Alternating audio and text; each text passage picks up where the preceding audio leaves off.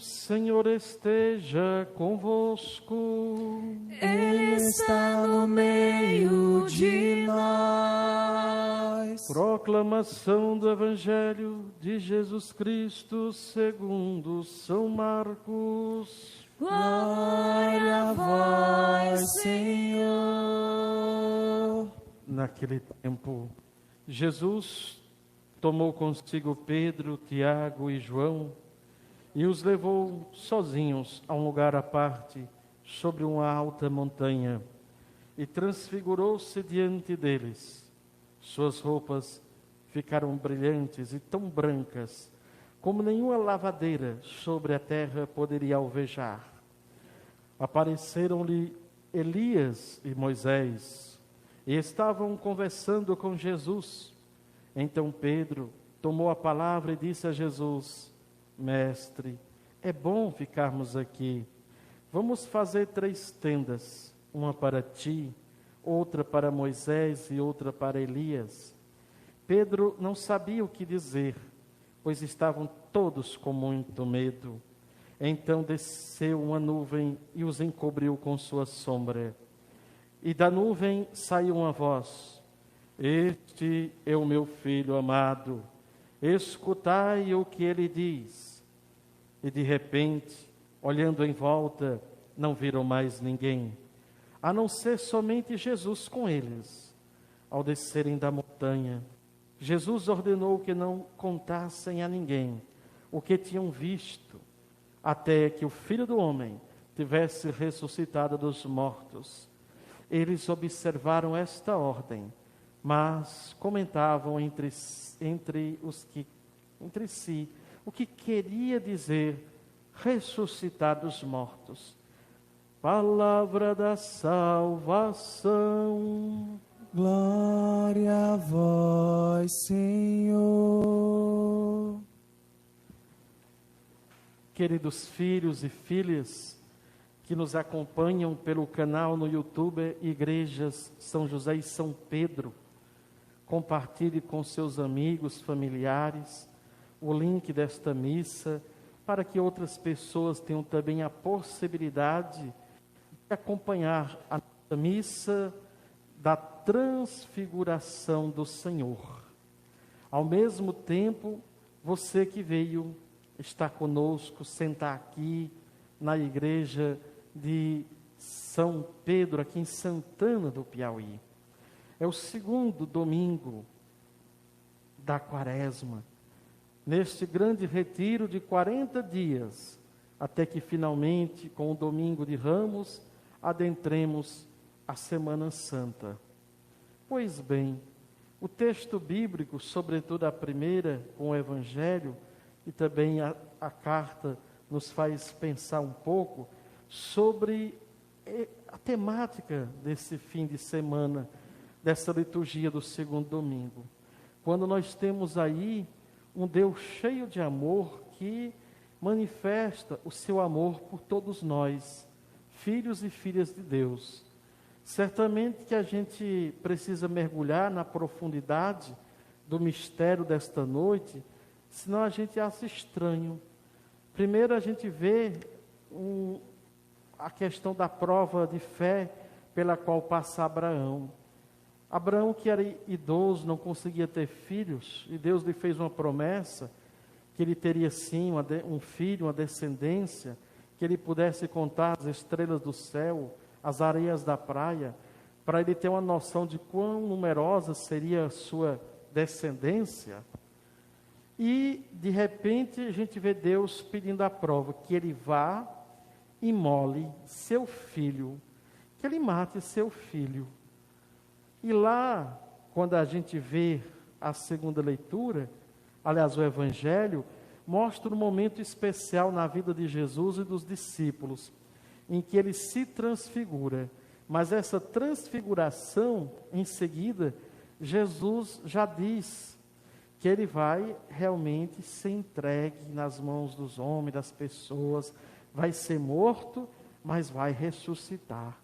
Um pai que também vai entregar o próprio filho por amor à humanidade. Nós podemos ver nessa cena de Abraão conduzindo o próprio filho para ser imolado, ser morto, uma prefiguração justamente da entrega de Jesus.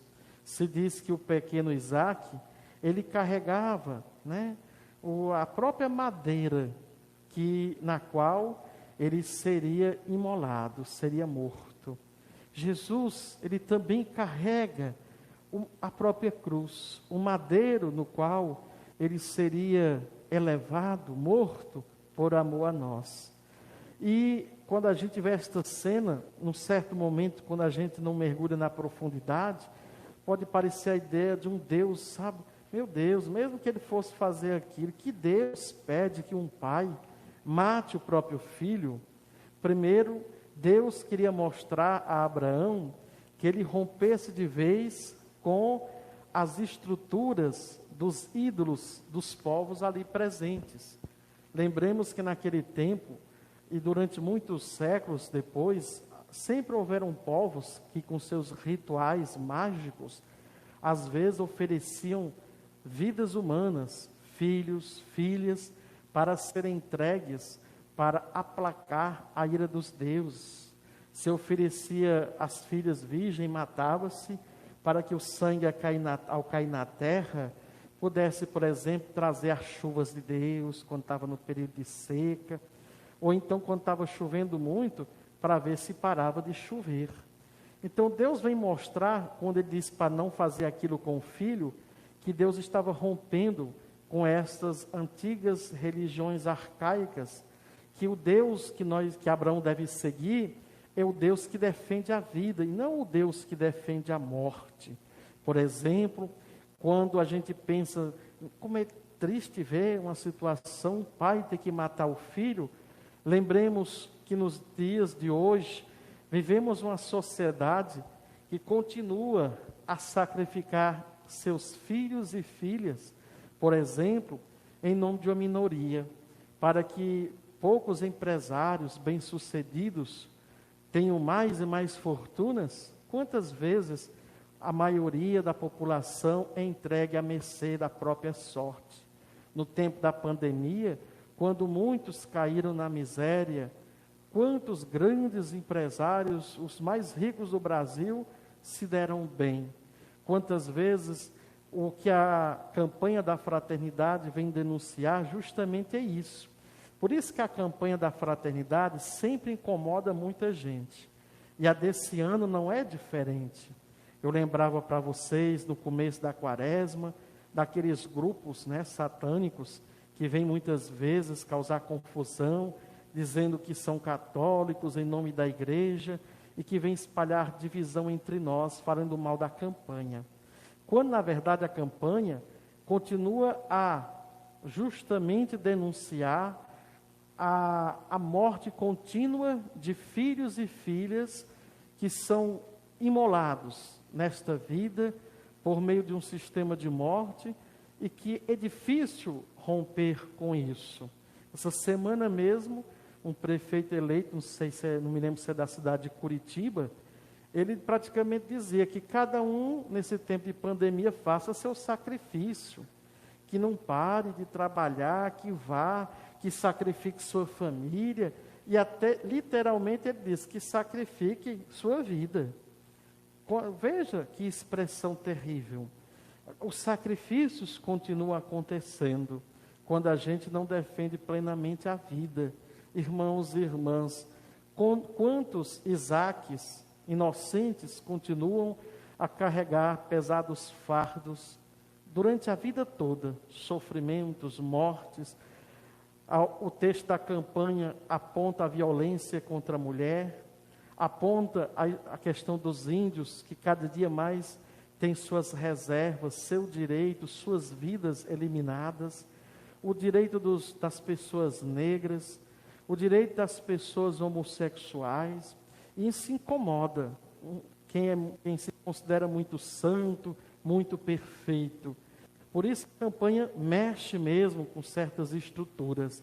E a igreja sempre vai erguer sua voz, assim como Deus ergueu sua voz e pediu a Abraão que não tocasse no filho.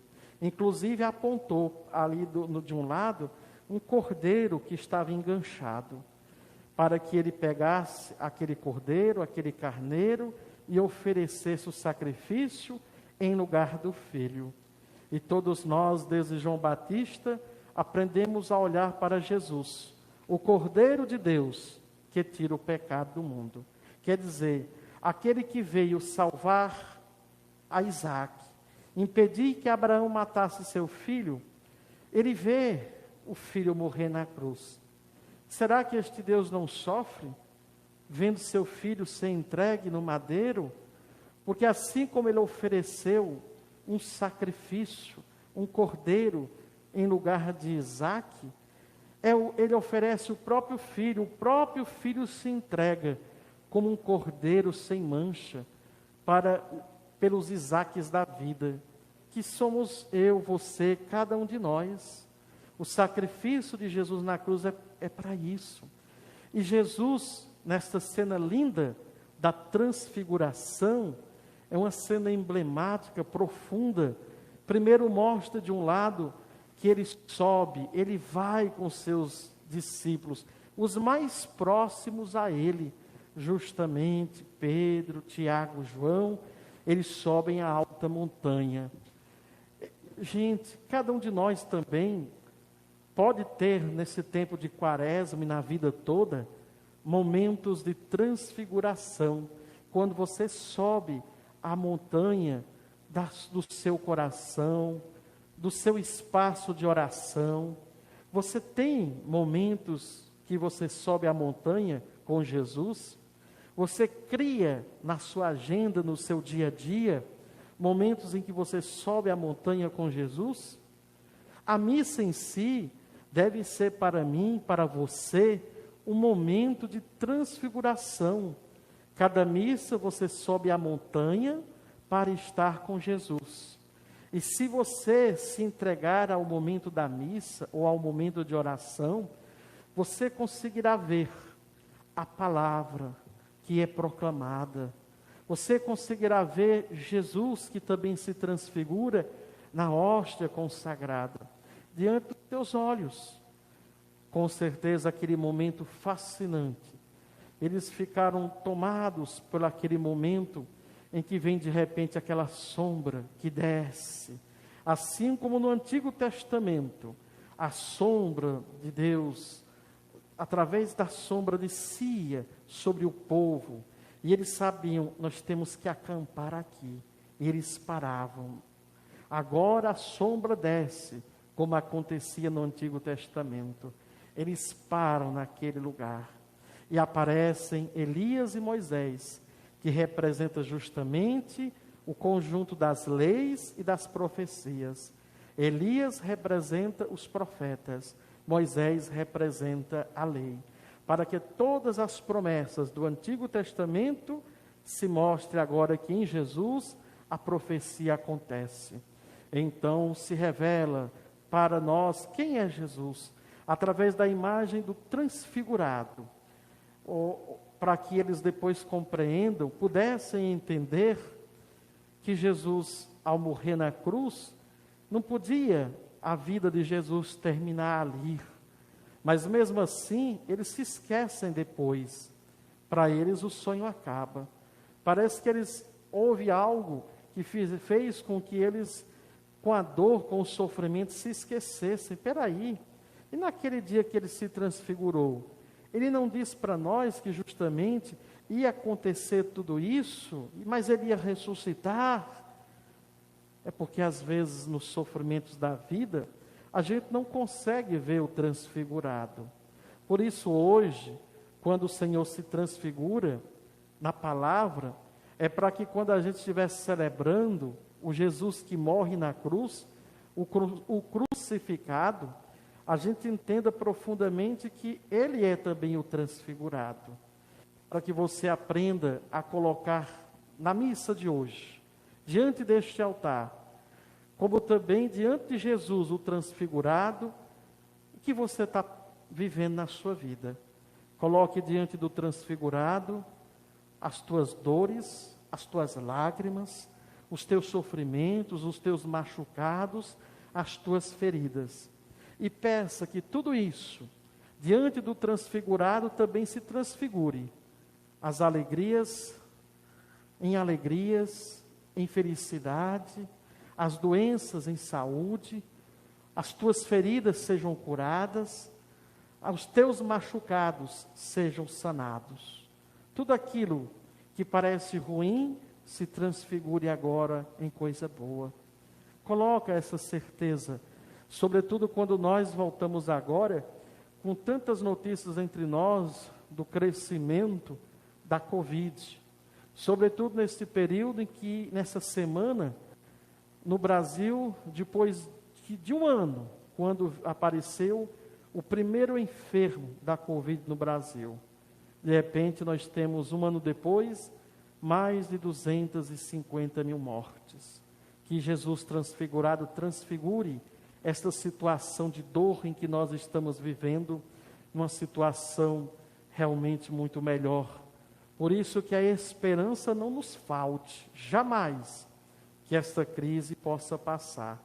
Toda vez que você estiver carregando nas suas costas sofrimentos e tristezas, assim como Isaac carregou os feixes para o próprio sacrifício, lembre-se também que Jesus carregou muito mais por você no madeiro da cruz, para que assim você tenha certeza que o transfigurado se importa contigo, que o transfigurado nunca quer ficar distante da tua vida. Da parte dele, sempre, ele também quer transfigurar as tuas dores, para que nas noites mais escuras, nos momentos mais difíceis, você consiga respirar e ter esperança de que aquele momento vai passar, que a recordação do transfigurado te dê uma luz, mesmo no momento mais escuro do teu viver. Louvado seja nosso Senhor Jesus Cristo. Para sempre seja louvado. Creio em Deus Pai,